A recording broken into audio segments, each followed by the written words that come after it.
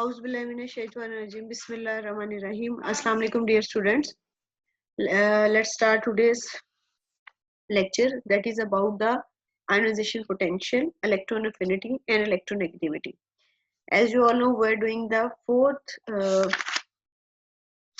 week syllabus. Okay. Ionization potential. Hope you are familiar with this term, but let me explain you in detail. Ionization potential, beta, if I define it, the ionization potential of an element is simply is the minimum energy that is required to remove an electron from its isolated atom when at ground level to form a cation. ठीक है, simple words में जब भी कोई भी element जो है वो गैशियस फॉर्म में हो, यानी बिल्कुल आइसोलेटेड हो, किसी के साथ उसने कोई बॉन्ड ना बनाया हो, उसके आउटरमोस्ट शेल में से एक इलेक्ट्रॉन रिमूव करने के लिए जितनी मिनिमम एनर्जी रिक्वायर्ड होती है, that is called as its ionization potential. And to form a cation, इसलिए आपको पता है कि व्हेन एवर एन एलिमेंट और एटम लूज एन इलेक्ट्रॉन तो उसके ऊपर चार्ज आता है, ठीक है, and it changes to an ion, और जिस पे पॉजिटिव चार्ज आता है that is called as an cation. ठीक है, अब आपको पता है कि व्हेन एवर एटम जो है द एलिमेंट और atom they lose electron, they must absorb the energy to bound the energy. इसको हम गैशियस फॉर्म में इसलिए कैलकुलेट करते हैं कि इट शुड बी आइसोलेटेड, किसी बॉन्डिंग फॉर्म में ना हो, ताकि एग्जैक्ट जो है वो जितनी भी उसकी अमाउंट हो उसको हम कैलकुलेट कर सकें. The symbol of ionization potential is IP. ठीक है, आयोनाइजेशन पोटेंशियल और ionization energy simply I, and when और आयोनाइजेशन पोटेंशियल IP. ठीक है, आयोनाइजेशन पोटेंशियल जो है इसको कैलकुलेट करने का, इस अमाउंट ऑफ एनर्जी को कैलकुलेट करने का जो यूनिट है दैट इज इलेक्ट्रॉन वोल्ट्स पर एटम, और the other unit is in kilo calories per mole और किलो जूल पर मोल. इसके लिए सिंबल जो है वो I है. और जब हम किसी में से फर्स्ट इलेक्ट्रॉन रिमूव करते हैं, यानी उसकी फर्स्ट आयोनाइजेशन एनर्जी है, तो it is denoted by I1. इसमें एग्जांपल ले लेते हैं, like magnesium, you can see on my slide. इसमें से गैशियस फॉर्म में G फॉर गैशियस फॉर्म, इसमें से इलेक्ट्रॉन रिमूव किया, चेंजेस टू मैग्नीशियम पॉजिटिव, और जो अमाउंट ऑफ एनर्जी एब्सॉर्ब करता है ये, दैट इज 738 किलो जूल पर मोल. ठीक है, what is the second ionization energy? जब एक एलिमेंट इलेक्ट्रॉन लूज करके कैटाइन में चेंज हो जाता है, तो कैटाइन में से जब आप सेकंड एक और इलेक्ट्रॉन रिमूव करना चाहते हैं, लाइक मैग्नीशियम पॉजिटिव में से एक और इलेक्ट्रॉन रिमूव करेंगे, it will change to magnesium 2+. ठीक है, तो that is called as its second ionization energy. It is noted by I2. Like for magnesium it is 14 और 1451 किलोजूल पर मोल. आपने ऑब्जर्व किया, आपने नोटिस किया that the amount of the second ionization energy और second ionization potential is higher than the first ionization energy. उसकी reason क्या है बेटा? Let me explain you. जब आप पहला इलेक्ट्रॉन रिमूव करते हैं हम, तो वो एक न्यूट्रल एटम में से रिमूव करते हैं, लेकिन जब हम एक सेकंड इलेक्ट्रॉन रिमूव करते हैं तो वो एक कैटाइन में से रिमूव किया जाता है. तो आयन में से इलेक्ट्रॉन को रिमूव करना ज्यादा डिफिकल्ट है. It will require a lot of energy as compare to the neutral element. ठीक है, no, this was what is ionization energy, and what is first ionization energy and second ionization energy, and what is symbol used, and what is the unit to calculate the ionization energy. अब ionization energy जो है, इसी तरह से जो third ionization potential या ionization energy होगी वो that will be higher than the second one. ठीक है, ionization potential अब किन factors पे depend करती है? Ionization potential depends on the 4 factors. The first one is magnitude of the nuclear charge. ठीक है, चार्ज कितना है उस पे, the distance of the outermost electron from the nucleus, that is atomic radius, और हम atomic radius बहुत detail में पढ़ भी चुके हैं. The shielding effect of the underlying shells of electron, and the extent to which the outer electron penetrates the charged electron setup by the low lying electron. अब मैं आपको वन बाय वन इसको explain करती हूँ. The first one is the magnitude of the nuclear charge. आपको पता है कि इफ न्यूक्लियर चार्ज ग्रेटर होगा तो ये इलेक्ट्रॉन को मोस्ट टाइटली हेल्ड करेगा, जिससे इलेक्ट्रॉन का रिमूवल और ज्यादा डिफिकल्ट होगा, मुश्किल होगा. So the ionization energy will be higher if the nuclear charge is greater. Second, the distance of the outermost electron from the nucleus, that is atomic radius. अच्छा बेटे, अगर atomic radius greater होगा, that mean कि nucleus का hold outermost electron पे इतना strong नहीं होगा, इसलिए electron को remove करना easy हो जाएगा. So the value of the electron ionization potential will be lower in case of the greater size, ठीक है। और अगर साइज जो है वो स्मॉल होगा so the value of the ionization potential will be more or higher, ठीक है। इसके बाद आ जाता है शील्डिंग इफेक्ट। शील्डिंग इफेक्ट आपको पता है कि जो इसको मैंने आपको डिटेल में पहले भी एक्सप्लेन किया है, but let me tell you once again. जो दरमियान में आने वाले इलेक्ट्रॉन है, लाइक वो आउटर मोस्ट इलेक्ट्रॉन पे लगने वाली न्यूक्लियस की पावर को शील्ड आउट करते हैं, कम करते हैं। अगर ये ग्रेटर होगा तो इससे क्या होगा कि इलेक्ट्रॉन न्यूक्लियस का होल्ड आउटर मोस्ट पे वीक होगा, तो इलेक्ट्रॉन को रिमूव करने के लिए लेस एनर्जी रिक्वायर्ड होगी, ठीक है। और अगर शील्डिंग इफेक्ट जो है वो कम होगा तो ऑब्वियसली आयोनाइजेशन पोटेंशियल जो है वो हायर होगी। इसके बाद है the extent to with outer electron penetrates the charge cloud set up by the low lying electron, ठीक है। उसकी पेनिट्रेशन पे ionization potential also depends on, ठीक है। इसके ये किस तरह से आप एक्सप्लेन कर सकते हैं degree of penetration of electron. Let me give you an example. Like आपने देखा है कि degree of penetration of electron in a given principal level, जो कि हमने क्वांटम नंबर में डिटेल्स में पढ़ा था, it decreases in the order of s p d and f। what does it mean? It means the extent of the various electron as s electron as more tightly bound than the p electron, which in turn are more tightly bound than the d electron, ठीक है। तो जो more tightly bound होगा उसका removal थोड़ा मुश्किल होगा, और जो less tightly bound होगा it could be easily removed and it will require less ionization potential, ठीक है, और ionization energy। इसके बाद आयोनाइजेशन पोटेंशियल जो है how it changes or what is its trend along the periodic table, ठीक है। as you can see on the slide, we have plotted a graph that is between the atomic number and the ionization potential, ठीक है। अगर आप इसको गौर से बेटा observe करें तो इसकी जो पीक्स पे हैं वो नोबल गैसेस है, helium, neon, argon, krypton, xenon, radon, ठीक है। अब इसके आप नीचे देखें, लिथियम का कम जो है वो आयोनाइजेशन पोटेंशियल है, इसी तरह से बेरिलियम का, फिर एल्यूमिनियम का। इसका क्या ट्रेंड है, आपने आयोनाइजेशन पोटेंशियल को डिस्कस करना है in detail, like trends in periodic table और variation in the periodic table. Periodic table में इसको दो तरह से डिस्कस करते हैं, that is along the group and along the period. Periodic table में आपको पता है as we move along the period, this along a group, ठीक है, the size of the element increases. जब आप ग्रुप में टॉप टू बॉटम मूव करते हैं तो साइज इंक्रीज होता है, ठीक है। साइज इंक्रीज इसलिए होता है as new shells are added, new shells add होने की वजह से एलिमेंट का साइज इंक्रीज होता है। और मैंने आपको अभी ये बताया है कि जब साइज इंक्रीज हो जाता है तो न्यूक्लियस का होल्ड आउटर मोस्ट शेल में पाए जाने वाले इलेक्ट्रॉन पे वीक हो जाता है और उन इलेक्ट्रॉन को रिमूव करना इजी हो जाता है। That mean less energy is required to remove those electron, ठीक है। So the value of the ionization potential जो है it decreases along a group, यानी जो बॉटम पे होंगे उनके लिए कम है और जो टॉप पे जिनका साइज स्मॉल है उनके लिए आयोनाइजेशन पोटेंशियल ज्यादा है। Lot of energy required to remove the electron in smaller atoms, ठीक है। एंड आयोनाइजेशन एनर्जी जो है आपने ये याद रखना है, decreases as the size of atom increases and it increases as the size of atom, ठीक है। तो ये डिक्रीज होती है अगर साइज ऑफ एटम जो है वो इंक्रीज होता है, और अगर साइज ऑफ एटम डिक्रीज होगा तो ये इंक्रीज हो जाएगी, ठीक है। इसके बाद है that is along the period. Along the period ionization energy जो है वो इंक्रीज होती है, इसलिए कि अलोंग द पीरियड आपने देखा है कि size new shells are not added, only nuclear जो है वो जितने इलेक्ट्रॉन उतने इलेक्ट्रॉन अगर एक एडअप हो रहा है तो उसके साथ प्रोटॉन भी एक एडअप हो रहा है, यानी साइज उस लिहाज से चेंज नहीं होता है। दैट्स व्हाई आयोनाइजेशन एनर्जी जो है it decreases along a group and it increases along a period, ठीक है। अच्छा, इसके अलावा थोड़ी सी एक वेरिएशन पीरियोडिक टेबल के अंदर ये है, ये आपने I repeat again again that ionization energy और ionization potential decreases in the group, ठीक है, and increases in a period, ठीक है। but in a period it decreases rapid up to the fourth period and less up to the sixth and like from 6 to 7 period, ठीक है। अच्छा, इसकी reason ये है बेटा कि फोर्थ और ये जो 6 7 आपने देखा है कि उनके अंदर ट्रांजिशन एलिमेंट्स जो है वो आ जाते हैं, ठीक है। और उनके केस में ये हो जाता है कि attraction due to the increase positive charge on the nucleus, उनमें साइज थोड़ा और ज्यादा जो है वो श्रिंक होता है from fourth period on to onward, ठीक है। तो protons are added up and attractive influence is increased, so the ionization potential value जो है वहाँ पे थोड़ी सी abnormal और उसमें उसका ट्रेंड है। और उसकी रीजन जो है वो उसमें वो जो आपने पढ़ा हुआ है, हमने पढ़ा हुआ है, उसमें लेंथन एंड कॉन्ट्रैक्शन, ठीक है, और ट्रांजिशन एलिमेंट्स, उसकी वजह से ट्रेंड जो है वो फोर्थ और से लेकर 7th पीरियड में थोड़ा सा सेंटर में चेंज है, ठीक है।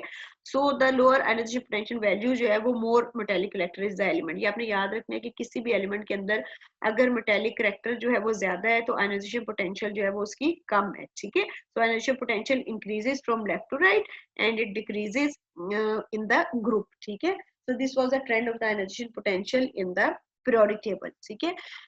So ionization potential, I repeat, that is the energy required to remove an electron from the outermost orbital or outermost shell of an isolated gaseous atom. और इसको कैलकुलेट करने का जो यूनिट है that is the electron volt, ठीक है, पर atom और किलो कैलोरीज पर मोल, ठीक है। और इसके अलावा it is shown bye symbol IP और it depends on the 4 factors, that is the magnitude of nuclear charge, distance of the outermost electron from the nucleus, shielding effect and the extent to which the outer electron penetrates the charge cloud, ठीक है। इसके बाद electron ये जो ionization potential इसका trend in periodic table that is decreases in the group and it increases from left to right in a period, ठीक है। This was all about the ionization potential. Now let's move towards the second topic of today, that is the electron affinity, ठीक है बेटा। जिस तरह से आपने ionization potential देखा, उसकी definition, symbol, units and the factors that affect the ionization potential and its trends in the periodic table, बिल्कुल इसी तरह से हम इलेक्ट्रॉन अफिनिटी भी देखेंगे। As you can see on my slide, first of all we will define कि electron affinity है क्या। Electron affinity is basically the minimum energy that is released.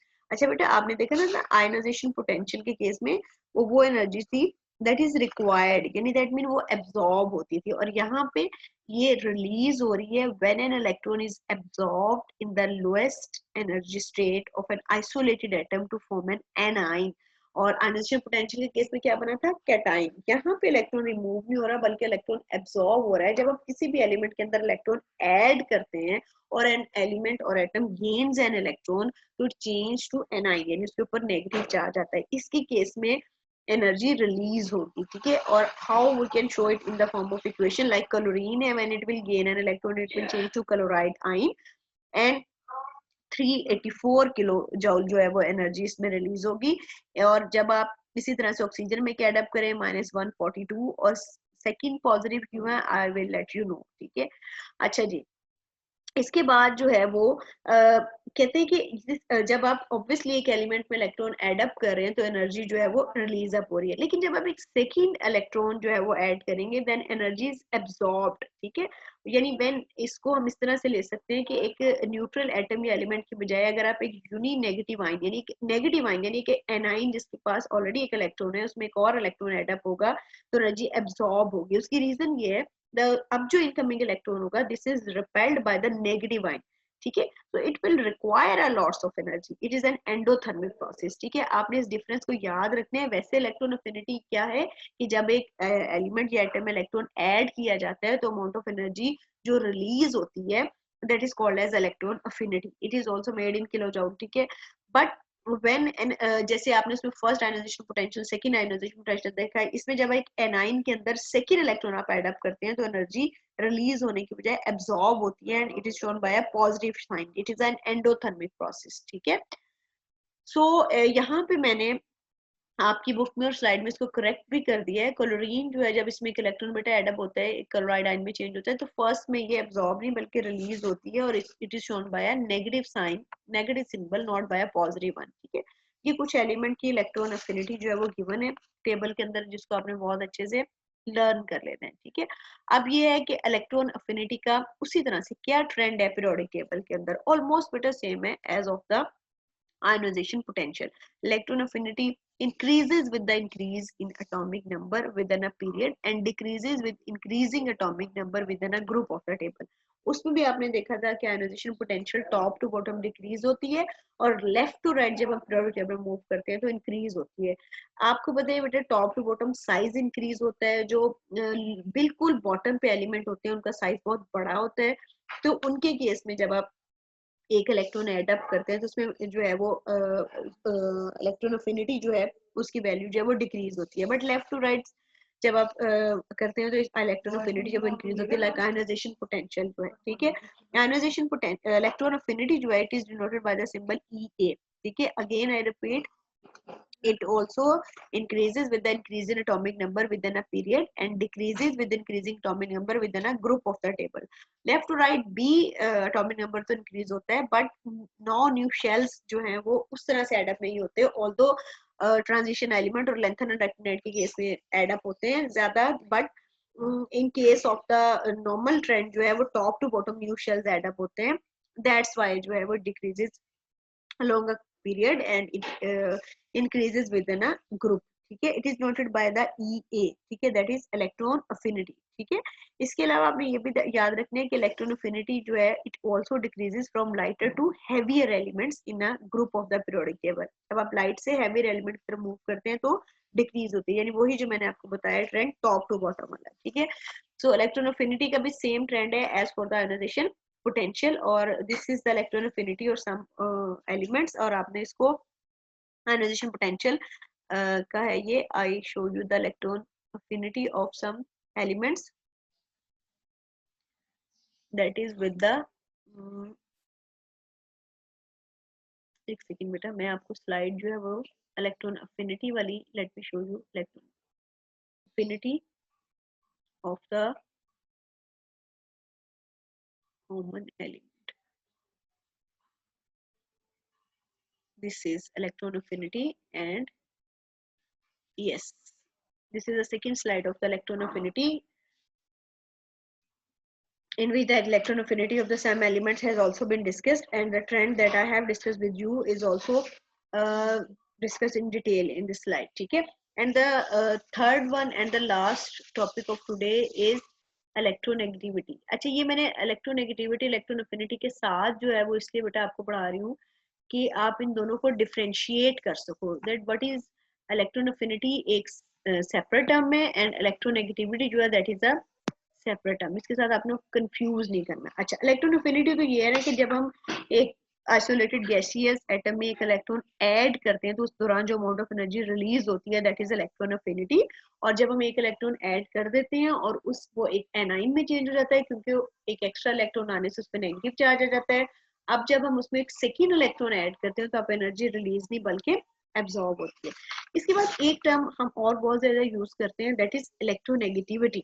Electronegativity जो है this is basically the relative tendency of an atom in a molecule to attract a shared pair of electron। अच्छा, इसमें ना मेरे पास best example मैं आपको दूं HCl। आपने देखा है कि HCl में एक इलेक्ट्रॉन शेयर्ड है बिटवीन हाइड्रोजन एंड क्लोरीन।